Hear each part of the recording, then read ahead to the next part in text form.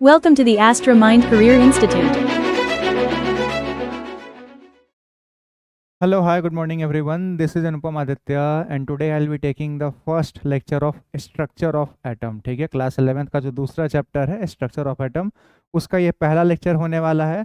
और आज के लेक्चर में हम लोग क्या क्या सीखेंगे वो मैं पहले ही बता देता हूँ। ठीक है, सबसे पहले हम लोग डाल्टन साहब की एटॉमिक थ्योरी देखेंगे। ठीक है, कि उनके हिसाब से एटम क्या होता है। ठीक है, स्ट्रक्चर ऑफ एटम क्या है। ठीक है, एटम क्या है।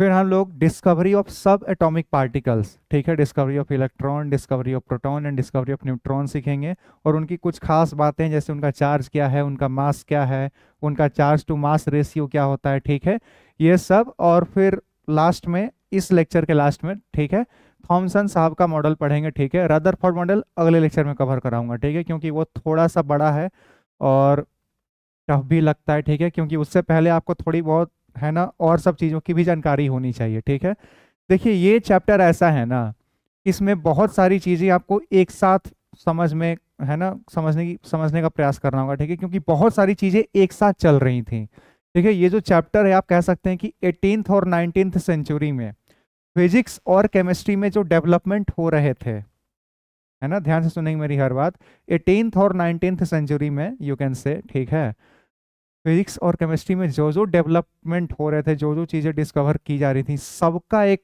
है ना समावेश पढ़ना है इसमें थोड़ा बहुत। ठीक है, आपको थोड़ा बहुत वेव के बारे में पढ़ना होगा, थोड़ा बहुत इलेक्ट्रिसिटी के बारे में पढ़ना होगा इसी में, थोड़ा बहुत रे वगैरह के बारे में पढ़ना होगा। ठीक है, एक्सरे वगैरह के बारे में, ठीक है, रेडियो एक्टिविटी के बारे में थोड़ा सा पढ़ना है। ठीक है, बहुत सारी चीज़ें हैं इसमें। ठीक है, और तब जाकर के एक एटम, स्ट्रक्चर ऑफ एटम अच्छे से डिफाइन हो पाया था।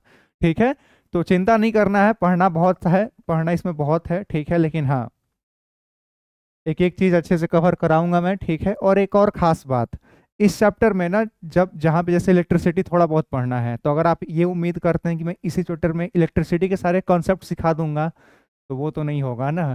ठीक है, तो यहाँ पे इलेक्ट्रिसिटी का जितना ज़रूरत है उतना ही बताऊंगा मैं। ठीक है, ये नहीं कि अभी यहीं पे पीएचडी करना है इलेक्ट्रिसिटी में ही। ठीक है, इलेक्ट्रिसिटी के लिए जब क्लास 12th में इलेक्ट्रिसिटी कराऊंगा उस समय कवर करा दूंगा। ठीक है, यहाँ पे उतना ही जितना क्लास 11th की एनसीईआरटी में गिवन है, प्लस जितना यहाँ पे समझने के लिए रिक्वायर्ड है।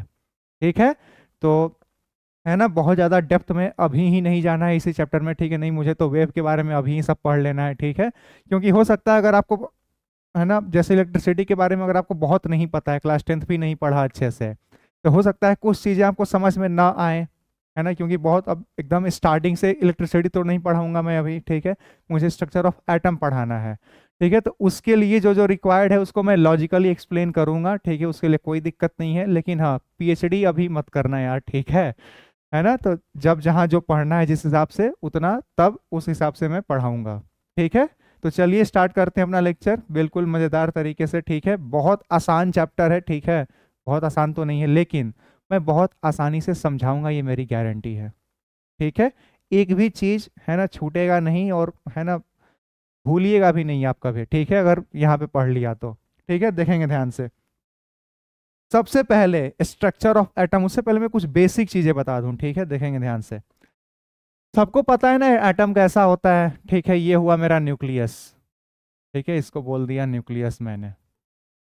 ठीक है, इसमें क्या क्या होंगे, इसमें होंगे प्रोटॉन्स और न्यूट्रॉन्स। ठीक है, दिख रहा है, आवाज जा रही है, बहुत अच्छी बात है, ध्यान से देखेंगे। ये हो गया न्यूक्लियस और इसमें होगा मेरा प्रोटॉन और न्यूट्रॉन, सीधी सी बात है। ठीक है, क्लास 9th में थोड़ा बहुत पढ़ा होगा आप लोगों ने। ठीक है, इलेक्ट्रॉन क्या होता है, इलेक्ट्रॉन इसके चारों ओर मूव करता है।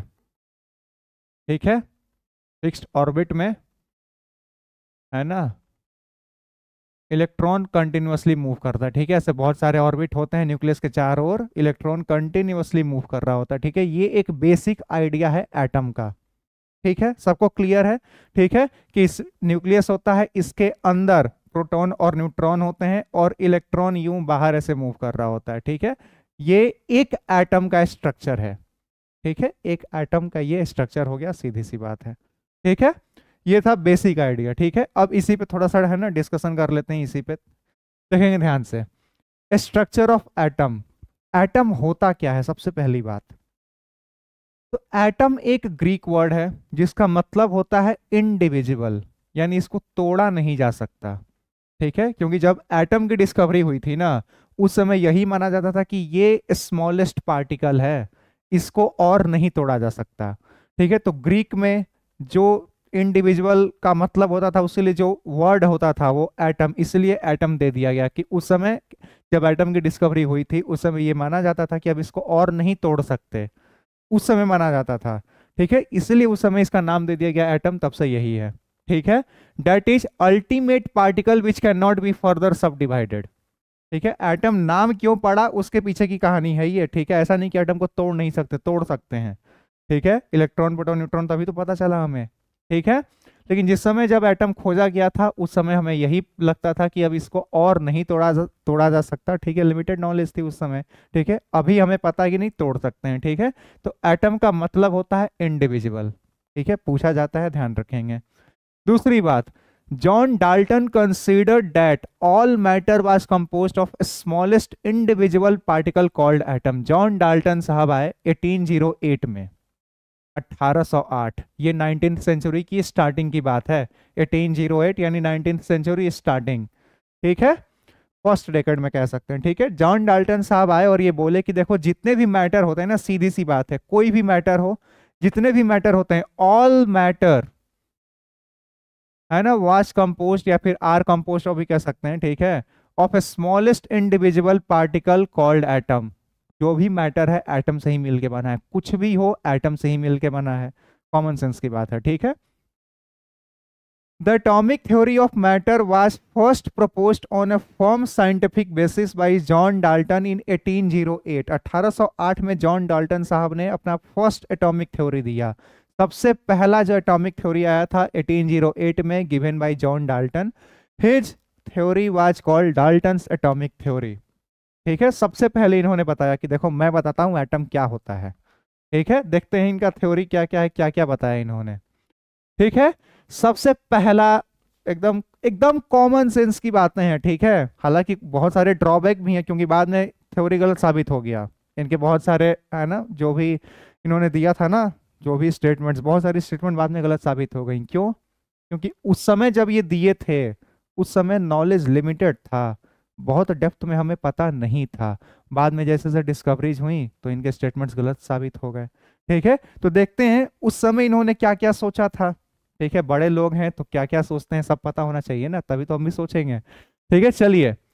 Every element is composed of extremely small particles called atoms. ये तो सीधी सी बात है और ये आज भी सही है। Every element is composed of extremely small particles called atoms. पहला बात आज भी सही है, बिल्कुल सही बात है।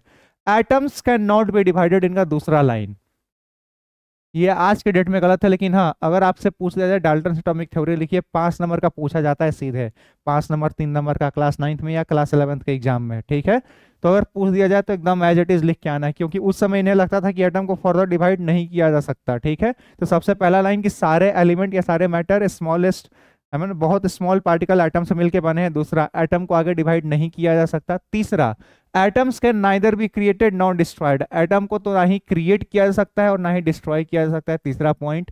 चौथा, atoms of a particular element are identical in every respect, that is having the same mass, size and chemical properties but differ from atoms of the other element. ये भी सही बात है। ठीक है, कि एक एलिमेंट के सारे एटम सेम होंगे, सीधी सी बात है। अगर आपने कार्बन एलिमेंट लिया तो उसके जितने एटम होंगे, कार्बन के बहुत सारे एटम्स होंगे। ठीक है, बहुत सारे होंगे। ठीक है, सारे एटम एकदम सेम होंगे क्योंकि कार्बन के ही हैं। ठीक है, एलिमेंट का डिफिनेशन ही क्या होता है? A matter that is made up of same kind of atoms, उसको एलिमेंट बोलते हैं। ठीक है, मोल कॉन्सेप्ट में ही सिखा रखा है ये सब बेसिक बातें। ठीक है, और दूसरे से जैसे कार्बन का एटम ऑक्सीजन के एटम से बिल्कुल अलग होगा। ठीक है, डिफरेंट होगा, सीधी सी बात है। तो चौथा पॉइंट ये हो गया। पांचवा, atoms of different elements differ in size. Atoms of different elements differ in size, mass and chemical properties. ठीक है, एटम्स ऑफ जो दूसरे एलिमेंट है ना वो डिफर करते हैं साइज में भी, मास में भी, केमिकल प्रॉपर्टीज में भी। ठीक है, हालांकि कुछ आइसोटोप्स, आइसोबार्स वगैरह के कॉन्सेप्ट हैं जिनके है ना जो ये गलत प्रूफ हो जाएगा ये स्टेटमेंट वगैरह। ठीक है, तो क्या क्या ड्रॉबैक है वो मैं अभी सिखाऊंगा। ठीक है, इनका क्या क्या स्टेटमेंट था है ना, वो देख लेते हैं। ठीक है, पहली बात की atoms of a particular element are same, बिल्कुल सही बात है। दूसरी बात, atoms of different elements differ in size, mass, chemical properties etcetera. ठीक है, last point, compounds are made up of atoms, जो कि बिल्कुल सही बात है, of different elements combined together in a fixed ratio, ये भी बिल्कुल सही बात है, मोल कॉन्सेप्ट में ही सिखाया है मैंने। ठीक है, लॉ ऑफ डेफिनिट प्रोपोर्शन। ठीक है, कि कंपाउंड में जो एलिमेंट्स कंबाइन होते हैं वो एक फिक्स्ड रेशियो में ही कंबाइन करते हैं। ठीक है, जैसे CO2 में, है ना, रेशियो क्या है, 1:2 का है। ठीक है, H2O में मास का रेशियो क्या था, एटम का रेशियो फिक्स होता है, सॉरी सॉरी लॉ, वहां तो मास का रेशियो फिक्स था, एक ही बात है यार। ठीक है, लगभग एक ही बात है। ठीक है, कि यहाँ पे जैसे CO2 है ना, 1:2 फिक्स है। ठीक है, ये फिक्स्ड रेशियो में ही कंबाइन होगा। ठीक है, तभी CO2 बनना है। ठीक है, तो I hope Dalton atomic theory बिल्कुल अच्छे से क्लियर होगी। ठीक है, अब इनका ड्रॉबैक देखिए क्या क्या है। पहला ड्रॉबैक एकदम one of the major drawback, दिख रहा है ना, ठीक है, दिख रहा होगा, हाँ चलिए दिख रहा है। ठीक है, हालांकि मैं समझा ही रहा हूं तो ध्यान से सुनेंगे तो भी क्लियर हो जाएगा। One of the major drawback of Dalton atomic theory of matter is that atoms were thought to be individual. ये तो मेजर ड्रॉबैक है ना, कि एटम्स वर थॉट, एटम्स के बारे में ये सोचा गया कि ये इंडिविजुअल हैं, टू बी इंडिविजुअल। ये तो सबसे बड़ा मेजर ड्रॉबैक था, क्योंकि हमें आज पता है कि एटम के अंदर इलेक्ट्रॉन, प्रोटॉन, न्यूट्रॉन है, तो उसको और डिवाइड किया होगा तभी तो पता चला। ठीक है, तो सबसे मेजर ड्रॉबैक तो यही है। We now know that under special circumstances atoms can be further divided into still smaller particles called electron, proton and neutron. वही बात लिखा हुआ है यहाँ पे। ठीक है, पहला ड्रॉबैक। दूसरा drawback, Dalton's atomic theory says that all the atoms of an element have exactly the same mass. ठीक है, हालांकि ऐसा नहीं होता। आइसोटोप्स का कॉन्सेप्ट आप लोगों ने, है ना, पढ़ रखा होगा। ठीक है, मोल कॉन्सेप्ट में भी मैंने सिखाया था। It is however now known that atoms of the same element can have slightly different masses in the case of isotopes. Isotopes क्या होते हैं, आइसोटोप्स, ठीक है, ये होते हैं वैसे एक ही एलिमेंट के अलग अलग एटम्स, एक ही एलिमेंट के अलग अलग एटम्स। इसमें क्या होता है ना कि एटॉमिक नंबर सेम होता है क्योंकि एलिमेंट सेम है। ठीक है, लेकिन मास नंबर अलग हुआ क्यों, क्योंकि नंबर ऑफ न्यूट्रॉन चेंज हो जाता है। ठीक है, फॉर एग्जांपल कार्बन एक C12 है ना, एक C13 भी होता है, एक है ना 14 भी होता है। ठीक है, ठीक है, मेन रूप से 12 और 14 मोस्ट फेमस। ठीक है, ये तो जनरली हम लोग देखते हैं, और ये कार्बन 14 है ना, फॉसिल्स का एज वगैरह डिटरमाइन करने के लिए यूज किया जाता है। ठीक है, देखिए ये कार्बन एलिमेंट है, उसके 2 एटम है, यहाँ पे इसका मास 12 है, वहां पे उसका 14 है। ठीक है, तो ये कहना गलत होगा ना कि all the atoms of a element of an element, all the atoms of an element have all the atoms of an element have each and everything exactly same। नहीं होता है। क्यों, because today we know the isotopes, और ये nature में exist करते हैं। तो ये कहना गलत होगा कि देखो एक ही एलिमेंट है तो उसके सारे एटम्स बिल्कुल सेम होंगे, नहीं होते हैं। ठीक है, दूसरी बात, Dalton atomic theory says that atoms of different elements have different masses, है ना। डाल्टन साहब ने ये भी तो कहा था कि देखो अगर एक एलिमेंट है तो सारे एटम सेम होंगे, गलत हो गया। दूसरी बात उन्होंने क्या बोली थी कि अगर अलग अलग एलिमेंट्स हैं तो उनका मास भी अलग अलग होगा, उनके एटम्स के मास भी अलग अलग होंगे, लेकिन ऐसा भी नहीं होता। क्यों, एग्जाम्पल आइसोबार इसमें होगा। It is however now known that even atoms of different elements can have the mass in the case of isobars. ठीक है, in the case of isobar, for example argon and calcium, इन दोनों का मास 40 होता है, पता ही होगा सबको। ठीक है, रटा रखा है मैंने, है ना। आर्गन का एक एटम ले लो, कैल्शियम का एक एटम ले लो, इन दोनों का मास आपको 40 दिख जाएगा। ठीक है, तो ऐसा नहीं है। ठीक है, तो 3 ड्रॉबैक और भी हैं, 3 ही है। ठीक है, और यही 3 मेजर ड्रॉबैक था यार उनके थ्योरी का। ठीक है, बाकी सारे स्टेटमेंट उनके सही थे। ठीक है, ड्रॉबैक क्या क्या थे, उन्होंने कहा कि एटम्स को फर्दर डिवाइड नहीं किया जा सकता है, बिल्कुल किया जा सकता है, कॉमन सेंस की बात है, ठीक है। दूसरी बात, उन्होंने क्या कहा था कि एक एलिमेंट के सारे एटम्स हर चीज में सेम होंगे, जो कि गलत बात है, ठीक है। एग्जाम्पल आइसोटोप्स, जिन सेम एलिमेंट हैं, दो अलग अलग एटम्स हैं और दोनों का मास अलग अलग है, ठीक है। तीसरी बात उन्होंने क्या कही थी, जो ड्रॉबैक में आ गई, ठीक है। उन्होंने कहा था कि देखो, अगर दो अलग अलग एलिमेंट हैं तो उनका हर चीज डिफरेंट होगा, ठीक है। The atoms of different elements have each and everything different, wrong, ठीक है।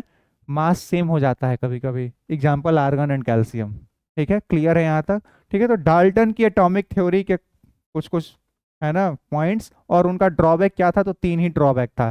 पहला, एटम्स को डिवाइड नहीं कर पाने की बात कही कही थी उन्होंने। दूसरा, आइसोटोप्स का एग्जाम्पल ध्यान रखेंगे और आइसोबार का एग्जाम्पल ध्यान रखेंगे। तीन ड्रॉबैक खत्म डाल्टन साहब के, ठीक है। तो किस किस को क्लियर है यार, ठीक है, यहाँ तक कोई डाउट नहीं होना चाहिए, ठीक है। आगे बढ़ें। अब जब हमें पता चल गया कि एटम को डिवाइड कर सकते हैं फर्दर, तो डिवाइड किया गया, ठीक है। बहुत सारे एक्सपेरिमेंट हुए एकदम लगातार, मतलब बोल तो रहा हूँ 18th और 19th सेंचुरी, पता नहीं साइंटिस्ट लोग इतने अच्छे अच्छे, एक से एक साइंटिस्ट, सब लोग लगे हुए हैं अपने अपने काम में, ठीक है। बहुत सारी चीजें एक साथ चल रही हैं, केमिस्ट्री में अलग रिसर्च चल रहा है, फिजिक्स में अलग चल रहा है, बायोलॉजी में अलग ही चल रहा है, मेडिकल फील्ड में अलग ही चल रहा है, ठीक है। जबरदस्त एकदम, ठीक है। और सबका कंबाइंड ये चैप्टर है हमारा, ठीक है। तो चलिए अगला, डिस्कवरी ऑफ सब atomic particles, discovery of electron की बात करते हैं हम लोग, ठीक है। It was discovered by J Thomson, J Thomson साहब ने इसका डिस्कवरी किया था। Who had performed cathode rays experiment, cathode ray experiment. अगर मैं कायदे की बात बताऊं तो नीट के लिए ये एक्सपेरिमेंट उतना इंपॉर्टेंट नहीं है, ठीक है, लेकिन चूंकि एनसीईआरटी में दे रखा है तो मैं बता दूंगा, कोई बात नहीं, ठीक है। It was discovered in 1897 in cathode ray experiment. Electron कब डिस्कवर हुआ था, 1897, देख रहे हो। 1808 में डाल्टन साहब बोल के गए थे कि एटम को डिवाइड नहीं कर सकते, ठीक है। लगभग 90 साल, 89 ईयर्स के बाद, ठीक है, थॉमसन साहब आए, बोले कि नहीं कर सकते हैं, देखो अभी इलेक्ट्रॉन खोज के दिखाऊंगा मैं, ठीक है। It was called negatron by Thomson. जब थॉमसन साहब ने खोजा ना पार्टिकल्स एटम को और अंदर, ठीक है, तो उस समय वो इलेक्ट्रॉन टर्म नहीं दिए थे उसको, उन्होंने बोला था कि ये, उन्होंने देखा कि ये देखो, ये जो भी पार्टिकल्स हैं वो निगेटिवली चार्ज्ड हैं, तो थॉमसन साहब ने उस पार्टिकल्स को निगेट्रॉन नाम दिया था, ठीक है। The name negatron was changed to electron by Stoney साहब। फिर बाद में स्टोनी साहब आए, बोले कि नहीं यार ये टर्म अच्छा नहीं लग रहा, ठीक है, मैं इलेक्ट्रॉन बोलूंगा इसको। बोले ठीक है, आपसे हम भी यही बोलेंगे, ठीक है। तो ये कुछ चार पांच बातें पता होनी चाहिए, ठीक है। आगे कुछ कुछ बातें, उससे पहले आपको मैं क्या एक्सपेरिमेंट बता देता हूँ, ठीक है। तो सिंपल सा एक्सपेरिमेंट है। एक कैथोड ट्यूब लिया था इन्होंने, सॉरी ग्लास ट्यूब लिया था, कैथोड ट्यूब बोल रहा हूँ, ग्लास ट्यूब लिया थॉमसन साहब ने, एक्सपेरिमेंट बता रहा हूँ, ठीक है। यहाँ पे उन्होंने एक, है ना, वैक्यूम, पार्सली वैक्यूम क्रिएट करने के लिए एक ऐसे लगा दिया, ठीक है। और फिर यहाँ पे लगाए दो इलेक्ट्रोड्स, यहाँ लगाए दो इलेक्ट्रोड्स, ठीक है, और इसको कनेक्ट कर दिया नीचे पावर सप्लाई से।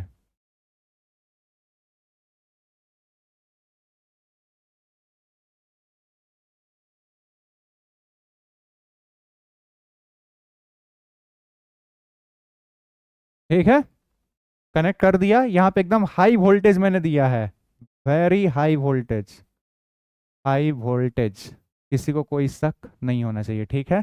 अब ये चूंकि नेगेटिव है तो ये मेरा कैथोड होगा, कैथोड मेरा नेगेटिवली चार्ज होता है, नेगेटिव, ठीक है। और ये मेरा एनोड होगा, ठीक है, ये पॉजिटिव होता है ना, दिख रहा है ना, आई होप, ठीक है, दिख ही रहा होगा, इतना अच्छा डायग्राम बनाया मैंने ठीक है। एनसीईआरटी में भी ऐसा ही डायग्राम बना रखा है इन्होंने, ठीक है, आप चाहें तो मैच कर सकते हैं, ठीक है। क्लियर है यहाँ तक, अभी बताया ही क्या क्लियर ही होगा, ठीक है। अब इन्होंने क्या किया ना, एकदम हाई वोल्टेज और यहाँ पे वैक्यूम क्रिएट करने के लिए, ठीक है, वैक्यूम क्या मतलब पार्शियली क्रिएट करने के लिए, ठीक है। इन्होंने क्या किया ना, एकदम लो प्रेशर पे, ये प्रेशर मेंटेन करने के लिए है, ठीक है, एकदम लो प्रेशर पे, बिल्कुल लो प्रेशर पे और बहुत ही हाई वोल्टेज पे एक्सपेरिमेंट कराया, ठीक है, एक कैथोड और एनोड। अक्सर दिक्कत होती है, आप लोग दिक्कत होती है क्या ना कि कैथोड नेगेटिव है, हमने कैटायन पॉजिटिव सुन रखा है सर या भैया, ठीक है, बिल्कुल सही बात है। कैटायन पॉजिटिव कैटायन जो होते हैं ना, पॉजिटिव रेडिकल्स होते हैं या पॉजिटिव आयंस कह सकते हैं, और जो एनायन होते हैं वो नेगेटिव आयंस होते हैं, बिल्कुल सही बात है। अब खुद सोचिए, ये जो कैटायंस हैं जो पॉजिटिव हैं, है ना, कैटायंस हैं, ये कहाँ जाके चिपकेंगे, किस इलेक्ट्रोड पे जाके चिपकेंगे? जो कैटायंस है पॉजिटिव वाले आयंस है, ये किस इलेक्ट्रोड पे जाके चिपकेंगे? नेगेटिव वाले इलेक्ट्रोड पे चिपकेंगे। कॉमन सेंस की बात है, opposite charges attract each other, तो चूंकि कैटायंस पॉजिटिव होते हैं तो जिस इलेक्ट्रोड पे ये जाके चिपकते हैं उस इलेक्ट्रोड को कैथोड बोल देते हैं। तो ये किस इलेक्ट्रोड पे चिपकेंगे? नेगेटिव वाले इलेक्ट्रोड पे चिपकेंगे, तो नेगेटिव वाले इलेक्ट्रोड को बोला कैथोड। क्यों? क्योंकि इस पे कैटायन चिपकते हैं। क्लियर है? वैसे ही इसको बोल दिया एनोड, क्यों? क्योंकि इस पे एनायन चिपकते हैं, ये पॉजिटिव होता है तो नेगेटिव वाला के इस पे चिपकेंगे, कॉमन सेंस की बात है, ठीक है। तो ये रहा कैथोड, ये रहा एनोड, ठीक है। अब इन्होंने देखा काफी हाई वोल्टेज और काफी लो प्रेशर पे, ठीक है, कि पार्टिकल्स ऐसे फ्लो कर रहे हैं, ठीक है, एकदम स्ट्रेट लाइन में। अगर इलेक्ट्रिक फील्ड और मैग्नेटिक फील्ड अभी अप्लाई नहीं किया है, ठीक है, तो पार्टिकल्स एकदम स्ट्रेट लाइन में फ्लो करेंगे, ठीक है। और ये चूंकि विजिबल नहीं थे, तो इनको विजिबल देखने के लिए कि भाई सही में मूव कर रहे हैं कि नहीं कर रहे हैं, कुछ हो रहा है कि नहीं हो रहा है, ठीक है, यहां पे उन्होंने लगाया फॉस्फोरेसेंट या फिर फ्लोरोसेंट पार्टिकल्स, ठीक है। कलर चेंज कर दूं? हाँ, ग्रीन कर देते हैं, क्योंकि ग्रीन एंड येलो टाइप का ही दिखता है। जिंक सल्फाइड अगर आपने चिपका रखा है यहाँ तो ठीक है। क्यों चिपका रखा है?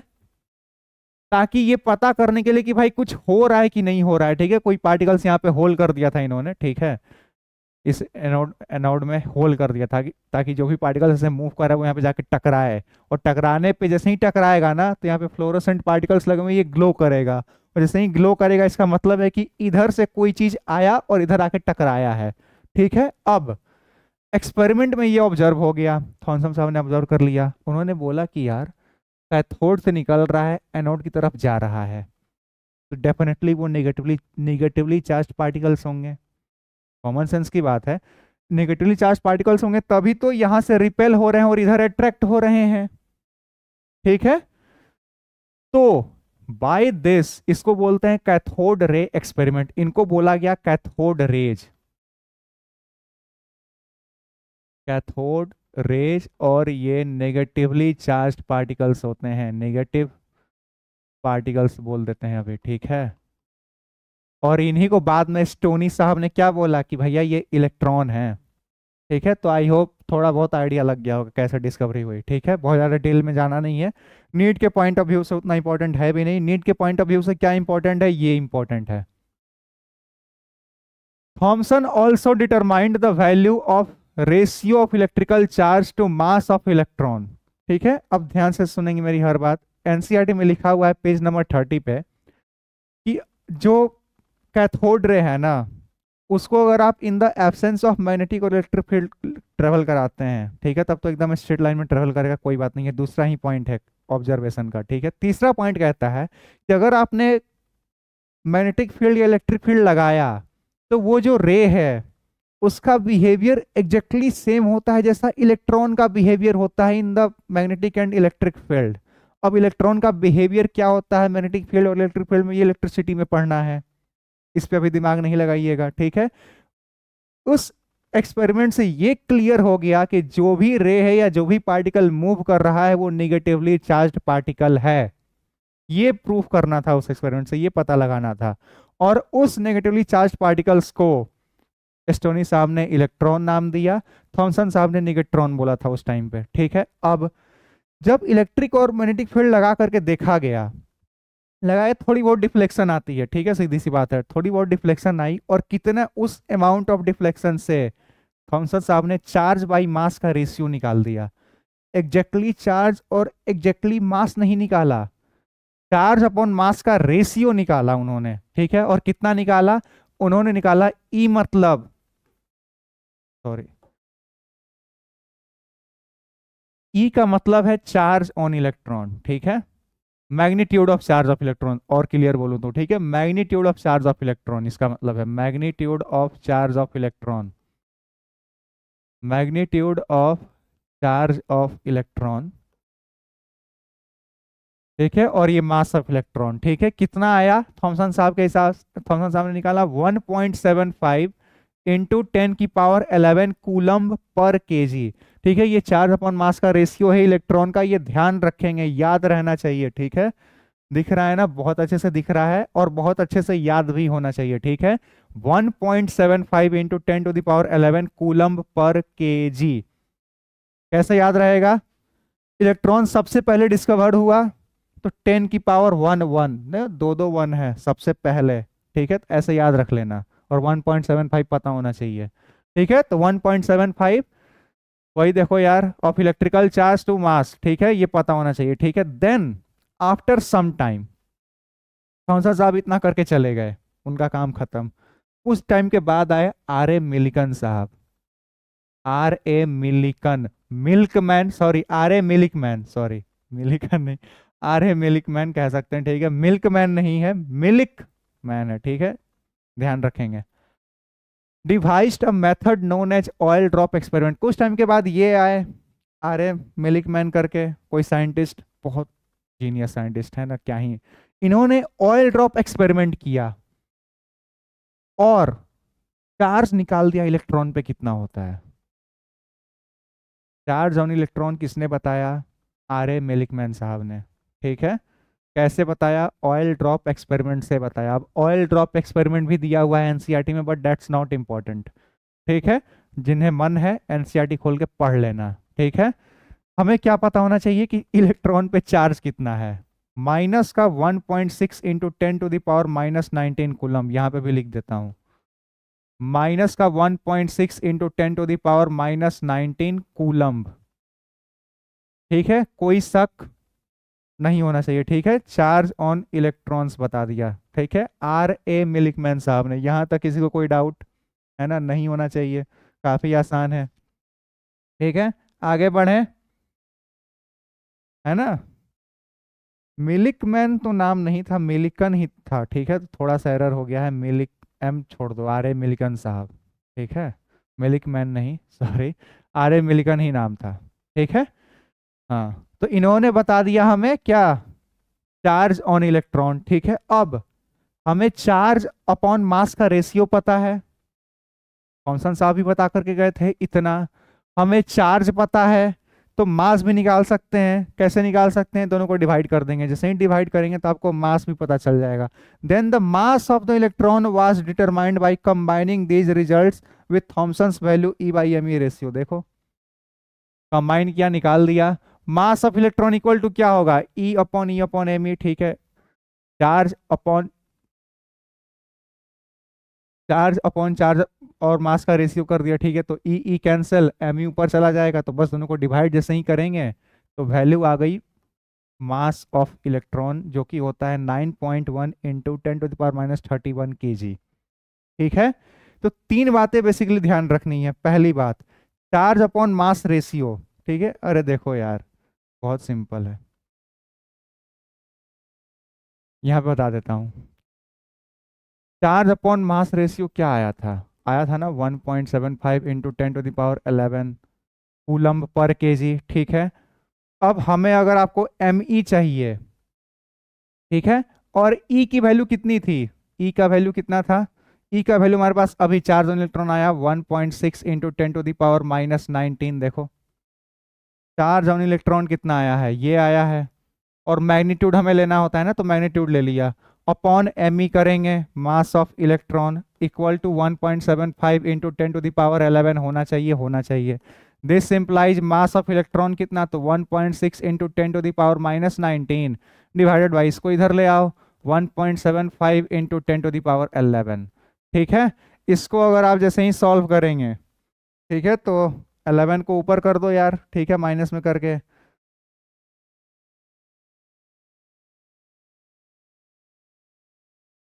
ठीक है, तो कितना आ जाएगा 1.6 अपॉन 1.75 इंटू 10⁻⁻30, ठीक है, अब इसको और सॉल्व करना है, ठीक है, तो इधर पॉइंट हटाएगा तो नीचे 10, इधर पॉइंट हटाएंगे तो ऊपर में 100। ठीक है, कोई दिक्कत नहीं। 1 0 से 1 0 कैंसिल, ये हो जाएगा 160 बटे 175 गुने 10 की पावर -30। हमें -31 चाहिए ना, यानी 10 से डिवाइड करना है, तो 10 से मल्टीप्लाई कर दो इधर, कोई दिक्कत नहीं है। तो ये हो जाएगा बेसिकली 1600 बटे 175 इंटू 10 की पावर -31। अब ये 1600 है, नीचे 175 है, तो ये ऑलमोस्ट आपको 9 टाइम्स दिख रहा होगा, तो इसलिए वैल्यू आती है 9.1 into 10 to the power -31 kg।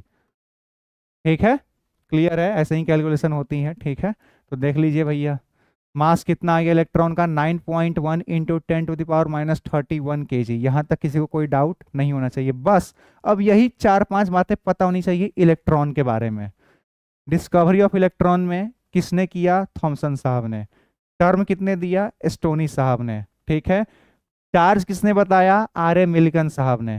ठीक है, ऑयल ड्रॉप एक्सपेरिमेंट के थ्रू। ठीक है, अब क्या क्या होता है ये पता होना चाहिए। चार्ज ऑन इलेक्ट्रॉन, माइनस का, चूंकि निगेटिवली चार्ज पार्टिकल है ना, तो माइनस में होगा चार्ज, कॉमन सेंस की बात है। -1.6 into 10 to the power -19 coulomb. -19 बहुत कम होता है चार्ज, -19 कूलम्ब। ठीक है, मास ऑफ इलेक्ट्रॉन अभी निकाला 9.1 into 10 to the power -31 kg। ठीक है, अब इन दोनों को डिवाइड कर दोगे। एक और खास बात, केजी में इतना, ग्राम में कितना, -28, 1000 से मल्टीप्लाई कर दोगे तो 9.1 इंटू 10 to the power -28 ग्राम। या फिर अगर आपको एटॉमिक मास यूनिट में चाहिए तो इतना होगा, 0.30 और 25। ठीक है, 0.00, यानी बहुत कम है, सीधी सी बात है। 1 AMU से तो ये बहुत कम है। ठीक है, 0.00055 एटॉमिक मास यूनिट होता है। ठीक है, स्पेसिफिक चार्ज यानी वही चार्ज अपॉन मास का रेशियो कितना होता है, तो 1.75 into 10 to the power 11 coulomb per KG. नहीं भी याद है, ये दोनों याद होना चाहिए। नहीं याद है, डिवाइड करके निकाल लेना तुरंत। ठीक है, अगर निकाल पाते हैं तो। Relative charge of electron, relative charge है ना, रिलेटिव चार्ज, इसको बोल दिया -1 यूनिट, क्योंकि ये जो था ना, इसको बना दिया -1 यूनिट, एक स्टैंडर्ड सेट कर दिया। ठीक है, इसको हम बोलेंगे -1 यूनिट चार्ज।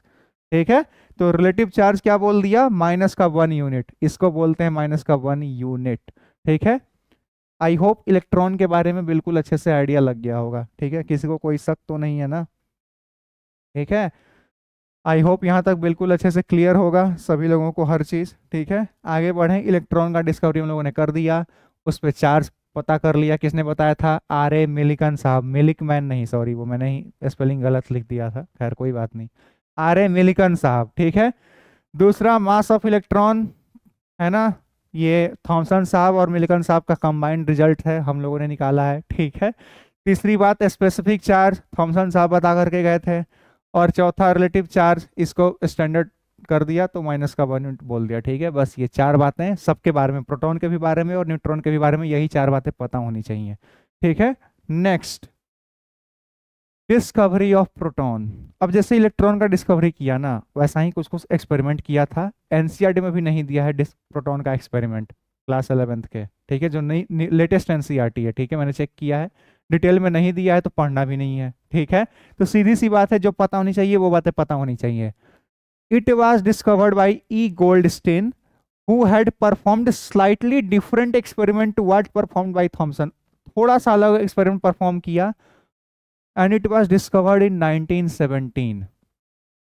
ठीक है, इलेक्ट्रॉन कब खोजा गया था, 1897 में।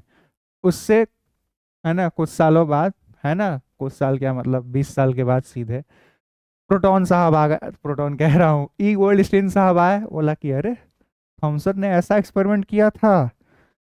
तो उन्होंने सोचा होगा कि यार देखो, एटम तो न्यूट्रल होते हैं, तो अगर निगेटिवली चार्ज पार्टिकल्स उसमें हैं तो कोई पॉजिटिवली चार्ज पार्टिकल्स भी होने चाहिए, कॉमन सेंस की बात है।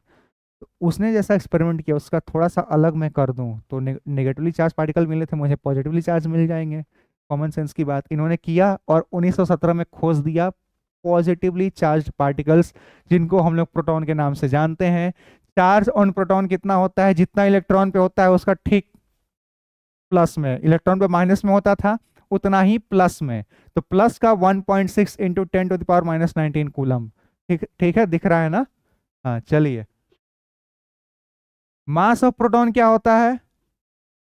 1.672 इंटू 10⁻⁻27 kg। इलेक्ट्रॉन से काफी गुना ज्यादा भारी है ये, इलेक्ट्रॉन से काफी ज्यादा भारी है ये बोल रहा हूं। ठीक है, सोचो वो 9.1 इंटू 10⁻⁻31 kg था, -31। ये ऑलमोस्ट 10,000 गुना भारी है, ये -27 है। ठीक है, तो जब भी हम लोग मास निकालते हैं ना एटम का, तो इलेक्ट्रॉन का मास कंसिडर ही नहीं करते, बहुत हल्का होता है वो इसके कंपैरिजन में तो। ठीक है, और इसको बोलते हैं हम लोग 1 AMU, प्रोटॉन के मास को, है ना, 1 एटॉमिक मास यूनिट। ठीक है, कॉमन सेंस की बात है। स्पेसिफिक चार्ज इसका कितना होता है? इसका होता है, अब देखो यार, चार्ज और मास आपको पता है, ये दो चीजें आपको पता है, तो चार्ज अपॉन मास का रेशियो, उसको ही स्पेसिफिक चार्ज बोलते हैं। निकाल दो, डिवाइड करोगे तो इतना आ जाएगा, 9.1 इंटू 10⁻7 कूलम पर kg। ठीक है, डिवाइड जैसे ही करेंगे आंसर इतना आपको आता हुआ दिख रहा होगा। ठीक है, रिलेटिव चार्ज ऑफ प्रोटॉन कितना? उसको -1 यूनिट बोला था, तो इसको +1 यूनिट बोल देंगे। ठीक है, किसी को कोई शक है ना नहीं होना चाहिए। आगे बढ़ें, यहाँ तक तो सब चीज क्लियर होगा सभी लोगों को, है ना? है ना, प्रोटॉन के बारे में इतना ही पता होना चाहिए, इलेक्ट्रॉन प्रोटॉन। ठीक है, हो गया, है ना? ई गोल्डस्टीन साहब ने बताया था प्रोटॉन के बारे में हमें। आगे बढ़ें, यहाँ तक क्लियर है, बहुत अच्छी बात है। चलिए, यही चार बातें पता होनी चाहिए। ठीक है, मास और चार्ज कितना, मोटा मोटी ये दो बात पता होनी चाहिए, मास और चार्ज कितना। ये छोटी मोटी बातें तो आप निकाल भी लोगे, ये तो वैसे भी पता होता है। ठीक है, चलिए आगे बढ़ें। चार्ज और मास पता एकदम रटा हुआ होना चाहिए, जैसे नाम याद रहता है ना, नाम अपना, वैसे ही याद होना चाहिए। ठीक है, चलिए, प्रोटॉन के बारे में सीख लिया, न्यूट्रॉन के बारे में सीख लिया, तो काफी आसान है। It was discovered by Chadwick in 1932, सबसे लास्ट में यही खोजा गया। ठीक है, न्यूट्रॉन खोजा गया। The neutral particles were found to have mass of इतना 1.675 इंटू 10⁻⁻27 kg। देखेंगे मास इसका ऑलमोस्ट प्रोटॉन के ही जैसा है। प्रोटॉन का मास कितना था? 1.672 इंटू 10⁻⁻27 kg, प्रोटॉन का मास सही है। न्यूट्रॉन का मास देखिए 1.675 into 10⁻⁻27 kg, almost equal, almost, almost का बराबर ही मानो। ठीक है, is nearly the same as that of hydrogen atom and have no charge. The neutral particles were found to have mass of इतना kg which is nearly the same as that of hydrogen atom, ठीक है, and have no charge. Hydrogen atom का भी मास इतना ही होता है अगर KG में आप निकाल रहे हैं तो। ठीक है, और इस पे कोई चार्ज नहीं होता, क्यों? क्योंकि ये न्यूट्रल पार्टिकल्स हैं। जो न्यूट्रॉन होते हैं उस पे कोई चार्ज नहीं होता, क्यों? क्योंकि उस पे, क्योंकि न्यूट्रल पार्टिकल्स हैं तो ऑब्वियस कोई चार्ज नहीं होगा। ठीक है, तो मास ऑफ न्यूट्रॉन कितना? 1.675 इंटू 10⁻⁻27 kg, या फिर 1 AMU कह सकते हैं। ठीक है, यही हाइड्रोजन एटम का मास भी होता है। हाइड्रोजन एटम का मास कितना होता है? 1 AMU। ठीक है, वही चीज है। चार्ज ऑन न्यूट्रॉन कितना होता है? 0, क्योंकि न्यूट्रल है। तीसरी बात, स्पेसिफिक चार्ज ऑफ न्यूट्रॉन कितना होगा? ये भी 0, क्योंकि चार्ज अपॉन मास होता है, चार्ज ही 0 तो चार्ज अपॉन मास भी 0 ही होगा। ठीक है, तो बस ये 3 बातें पता होनी चाहिए। ठीक है, आई होप यहाँ तक क्लैरिटी मिल गई होगी सभी लोगों को। ठीक है, एक और खास बात, हाइड्रोजन में, जनरली हाइड्रोजन में, हालांकि 3 आइसोटोप्स उसमें भी आएंगे, खैर छोड़िए आगे ही बताऊंगा, जब आइसोटोप्स आएंगे तब बताऊंगा। ठीक है, अभी बेकार में कंफ्यूजन हो जाएगा। यहाँ तक क्लियर है? Discovery of electron, discovery of proton, discovery of neutron. ठीक है, इन सब में आपको क्या क्या पता होना चाहिए? इन तीनों का चार्ज और इन तीनों का मास, बस इतना पता है, खत्म। आज की क्लास का मतलब ही इतना ही था। ठीक है, अब थॉमसन साहब ने मेहनत किया, इलेक्ट्रॉन बताया इन्होंने। ठीक है, इलेक्ट्रॉन की डिस्कवरी करी, तो इन्होंने अपना मॉडल भी दिया एटम का। ठीक है, इलेक्ट्रॉन खोज के बोले कि देखो अब मैं मॉडल बताता हूँ क्या होता है। ठीक है, एटम का मॉडल इन्होंने क्या क्या बताया? 1898 1897 में इन्होंने इलेक्ट्रॉन की खोज करी थी थॉमसन साहब ने। एक साल के तुरंत 1 साल के बाद इन्होंने बोला कि देखो इधर आओ, मैं बताता हूँ एटम कैसा दिखता है, ठीक है। देखते हैं इन्होंने क्या बताया। इन्होंने बताया an atom consist of a sphere of uniformly distributed positive charge. ध्यान से सुनेंगे, इन्होंने बोला कि जो एटम होता है ना वो एक स्फीयर है, स्फीयर गोला, किसका, यूनिफॉर्मली डिस्ट्रीब्यूटेड पॉजिटिव चार्ज का, with negatively charge electrons embedded in it. इन्होंने क्या बोला, पहला स्टेटमेंट बोला कि देखो एटम जो है वो एक गोला है, किसका गोला है, किसका गोला है, पॉजिटिवली चार्ज पार्टिकल्स का, पॉजिटिवली चार्ज पार्टिकल्स का एक गोला है जिसमें कहीं कहीं पे निगेटिवली चार्ज पार्टिकल्स हैं, ठीक है। ये पहला स्टेटमेंट था थॉमसन साहब का। दूसरा statement, the positive and negative charges in an atom are equal in magnitude so the atom as a whole is electrically neutral. ये तो आज भी बिल्कुल सही बात है, और पहला स्टेटमेंट आज गलत प्रूफ हो गया, क्योंकि आपको बेसिक स्ट्रक्चर तो पता है कि प्रोटॉन और न्यूट्रॉन न्यूक्लियस में होते हैं, इलेक्ट्रॉन बाहर मूव कर रहा होता है, ठीक है। तो ऐसा तो स्फीयर टाइप का तो ये तो एकदम ही गलत बात है, ठीक है, कि एटम मेरा पॉजिटिव चार्ज का स्फीयर है, उसमें कहीं कहीं दाना दाना, जैसे मस्क मेलोन देखा है ना, तरबूजा, ठीक है, तरबूजा देखा होगा, उसमें जो क्या बोलते हैं फ्लैशी पार्ट, इसको हम लोग खाते हैं, ठीक है, रेड पार्ट, उसको इन्होंने बोला कि पॉजिटिवली चार्ज है, और उसमें जो सीड्स होते हैं ना, जगह जगह पे बीज जहाँ पे रहते हैं, उनको इन्होंने बोला कि जगह जगह पे नेगेटिवली चार्ज पार्टिकल्स पड़े रहते हैं। ये क्या मतलब हुआ, है ना। खैर, उस समय इन्हें जो लगा इन्होंने बताया, ठीक है। आज के डेट में हम लोगों को पता है कि गलत बात है। तीसरा बात, this model is also called plum pudding model, resin pudding model और वाटरमेलन मॉडल। वही बात है ना, वाटरमेलन मॉडल जो है ना, plum pudding model, resin pudding model, जो कहना कह सकते हो, ठीक है। आई होप क्लियर होगा। जैसे जैसे खीर मान लो यार, है ना, तो है ना, रेजिन पुडिंग मान लो, जैसे जो केक टाइप का होता है उसमें दाना दाना कहीं पे है ना रेजिन्स वगैरह डाले जाते हैं, ठीक है, जस्ट उस हिसाब से इमेजिन करके बोल दिया गया वाटरमेलन मॉडल, ठीक है। यही दो स्टेटमेंट थी मेनली थॉमसन साहब की, ठीक है। अब ड्रॉबैक, पहला स्टेटमेंट ही ड्रॉबैक है।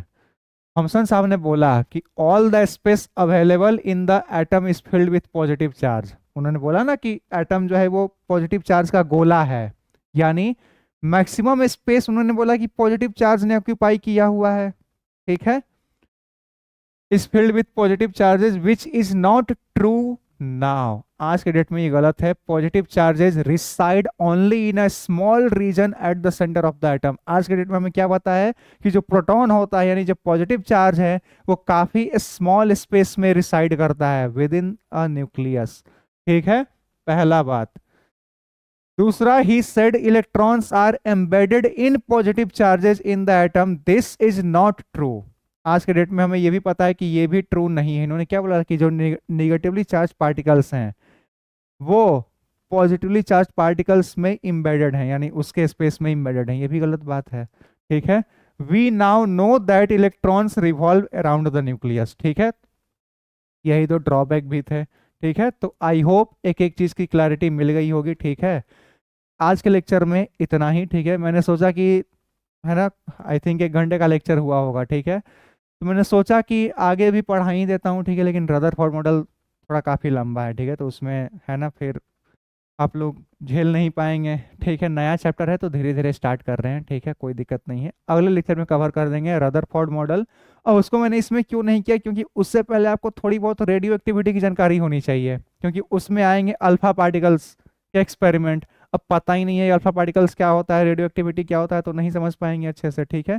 तो थोड़ा बहुत रेडियो एक्टिविटी के बारे में बताऊंगा, फिर रदरफोर्ड के मॉडल के बारे में, उनका ऑब्जर्वेशन, उनका एक्सपेरिमेंट, फिर उनका मॉडल, ठीक है, फिर उनके मॉडल के बहुत सारे एप्लीकेशंस भी हैं, ठीक है। तो वैसे भी थोड़ा सा बड़ा हो जाता है, ठीक है। और प्लस कुछ बेसिक चीज़ें जैसे एटॉमिक नंबर क्या होता है, आइसोटोप क्या होता है, आइसोबार क्या होता है, ये सब कुछ बेसिक चीज़ें भी अगले लेक्चर में ही बताऊंगा, ठीक है। बिल्कुल अच्छे से क्लियर हो जाएगा एक एक बात, ठीक है।